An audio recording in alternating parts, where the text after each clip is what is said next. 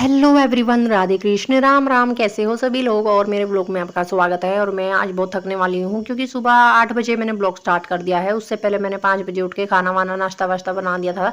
दिन का खाना भी मैंने आज सुबह ही बना दिया था क्योंकि मेरे को पता था मुझे टाइम नहीं लगने वाला है। ऊपर से मेरी आज मतलब एक कल कैंडिडेट आया है तो आज उसको भी मतलब देखना वेखना होता है, तो इस वजह से।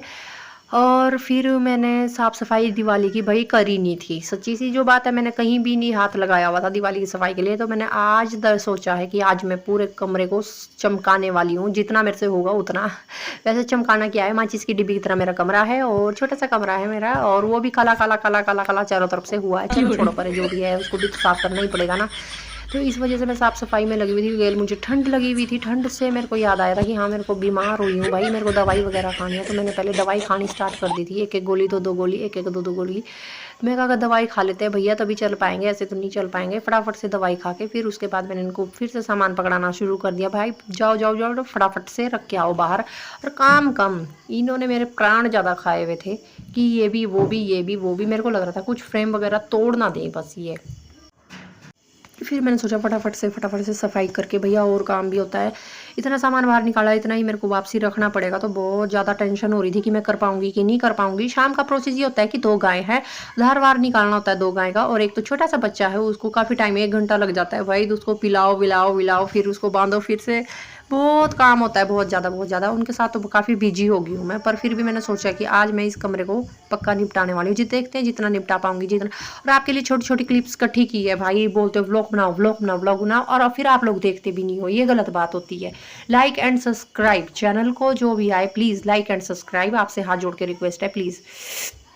ज़्यादा से ज़्यादा प्यार दिखाइए प्लीज़। इस चैनल ब्लॉग बनाया है मैंने आप लोगों की रिक्वेस्ट पे बनाया है। मेरे को टाइम नहीं लगता है, सच्ची सी जो बात है, मेरे पास टाइम नहीं होता है इतना, पर फिर भी मैं बीच बीच में बना ही देती हूँ कि आप लोगों को दिखा पाऊँ। पर आप लोग प्लीज़ सपोर्ट कीजिए चैनल को, कि मेरे को पता है मेरा चैनल बहुत ज़्यादा डाउन जा रहा है। वो मुझे भी नहीं पता कि आखिर ऐसा क्यों हो रहा है भाई, मेरे चैनल बहुत ज़्यादा डाउन जा रहा है। और इसको मैं बार बार निकालने की कोशिश, निकल ही नहीं रहा था। इससे मेरे को बहुत गुस्सा आने लग रहा था कि मैं इसको तोड़ ही दूँगा, बाकी कुछ नहीं करने वाला है मुझे।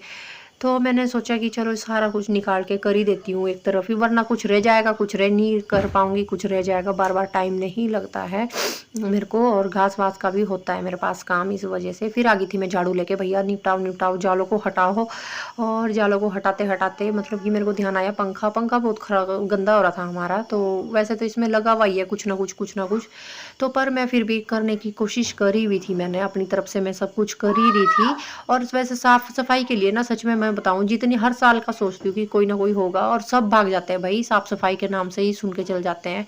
किसी कोई हाथ लगाता ही नहीं, और वापसी आके घर में आके मेरे को ताना मारा जाता है, भाई करा क्या है सारा दिन। तो भाई ये करा है मैंने, अब मैं दिखा सकती हूँ हाँ भाई मैंने क्या किया है क्या नहीं किया है।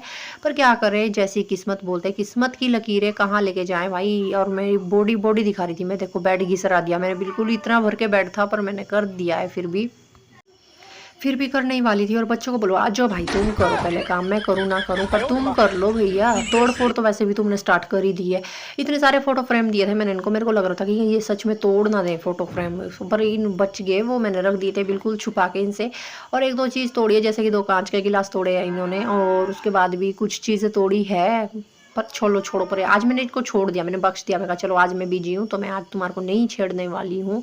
भाई मेरे हुलिये पे मत जाना, कोई भी मेरे हुलिये में मत जाना। बोलते हैं लोग, कई लोग बोलते हैं ऐसे कपड़े पहनती है वैसे पहनती है। भाई गांव का माहौल है, गाय वाय का काम होता है और घास वास का काम होता है, तो इतना वो मैं नहीं कर पाती हूँ कि मैं अच्छे अच्छे कपड़े पहनूँ और आप लोगों को अच्छा अच्छा दिखाऊँ।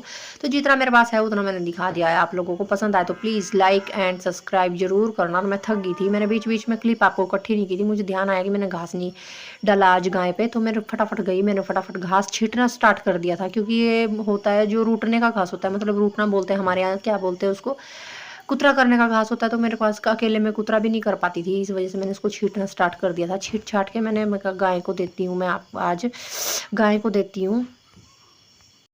और फिर छींट छाट के मैंने गाय को घास देना था। एक छोटा सा कैंडिडेट आया है, पर आपको आगे ज़रूर दिखाऊंगी, क्योंकि वो क्लिप मेरे से ना सच में डिलीट होगी, बीच में से वो क्लिप मेरे से डिलीट होगी। मैं आपको दिखाती वो क्लिप, पता नहीं कैसे डिलीट होगी मेरे से।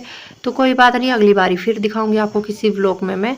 पर फिलहाल के लिए इतना ही। और बीच बीच में मैंने आधे काम तो बिल्कुल भी मतलब नोट ही नहीं कर पाई कि मेरे को ध्यान था कि हाँ मैं ब्लॉग बना रही हूँ, तो बीच बीच में छूट गया मेरे से। और फिर आ गई थी मैं शाल पे, और फिर आ गई थी मैं वापसी घर पे। घर पे आने के बाद मैंने एक चाय बनाई थी, चाय पीने के बाद फिर से मैंने जूतों की अलमारी खाली कर। भाई जूतों पे ध्यान देना कि जब भी मैं बोलती हूँ कि मैंने बाहर जाना है तो मेरे पास ये भी नहीं है वो भी नहीं है। और जब आज मैंने सफाई करी ना भाई साहब, तब लगा मुझे कि मेरे पास क्यों है इतने सारे जूते। भाई इतने नहीं होने चाहिए, फेंक देने चाहिए कुछ।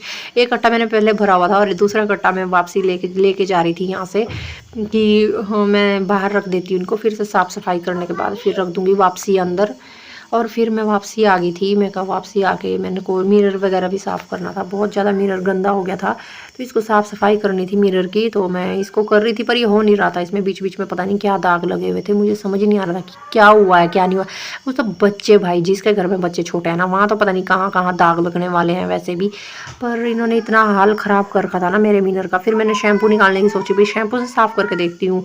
फिर मैंने शैम्पू लगाया, शैम्पू लगाने के बाद वाकई में चमचम बिल्कुल चमकने लगा। फिर मैं मिरर को साफ करने लगी थी भैया शैम्पू से, तो बिल्कुल चमचम करने लग रहा है। बहुत अच्छा साफ हुआ। आप लोग भी ये ट्राई करना। और भाई जिसके घर में लकड़ी की अलमारी है वो तो उसको तो स्थिति पता ही होगी। और इस लकड़ी की अलमारी बनाना नहीं भाई, जो भी घर बनाएगा लकड़ी की अलमारी बिल्कुल मत बनाना, क्योंकि आपका सामान जहाँ है वहाँ पे ही रहेगा, आप चेंज नहीं कर सकते। अगर आपका कमरा बड़ा है तो बहुत अच्छी बात है, छोटा सा बना रहे हो तो प्लीज कोई भी मत बनाना लकड़ी की अलमारी। बहुत दिक्कत होती है लकड़ी की अलमारी में। बीच बीच में छूट गया मेरे से और मैं फिर आगे पानी से मेरे को डर भी लग रहा था, क्योंकि मैं 15 दिन बाद ही घर पे हूँ, तो मेरे को नहीं लग रहा था चाय कहीं दोबारा बुखार ना आ जाए, इस वजह से मैंने फटाफट जूतों पे कर रही थी कि जितना जल्दी हो सा जाए उतना। जब भी मैं बोलती हूँ कि मैंने बाहर जाना है तो मेरे पास ये भी नहीं है वो भी नहीं है। और जब आज मैंने सफाई करी ना भाई साहब, तब लगा मुझे कि मेरे पास क्यों है इतने कपड़े थे। वो तो मैं कैचअप ही नहीं कर पाई, ध्यान ही नहीं रहा मेरे को। शाम को याद आया पहले भरा हुआ था और ब्लॉग बना रही थी। पर चलो जितना